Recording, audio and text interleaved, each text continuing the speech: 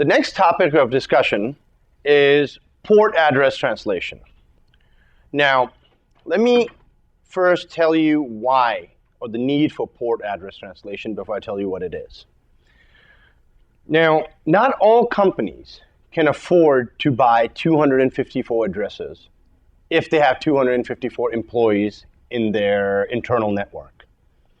So in our case, right now, our first IP was 190.10.10.1, and our last IP was 190.10.10.254. Which means, in our internal network, supposedly, we only had two hosts, PC1 and PC2, but we're pretending that we have 254 people on our inside network. So our network was 10.10.10.0/24, with the wildcard being 0.0.0.255. Which means for every person on my inside network, I had one public address if they wanted to go out to the internet. Now, these public addresses cost money. And most of the time, buying one address per inside network to get translated to a public address is not feasible, nor is it cost effective.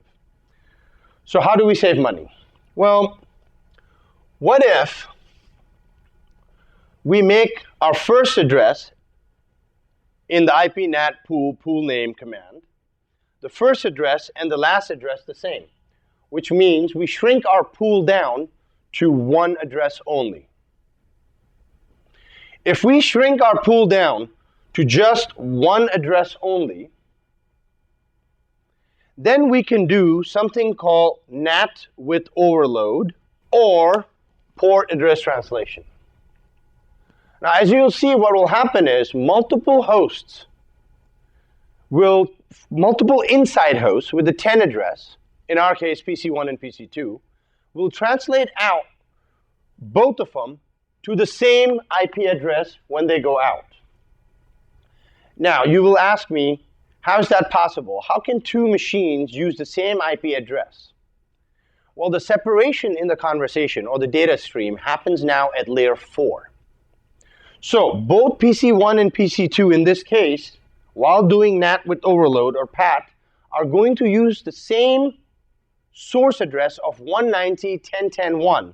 So 10.10.10.1 and 10.10.10.2 will both be translated, the source address in the IP packets that these two hosts sent out, for both the hosts will be translated to 190.10.10.1, but they will be using different source TCP port numbers. So the conversation now, the separation in conversation, happens at layer 4. And the router will keep track of these conversations in its NAT table. So let's go ahead and see on our lab how this happens.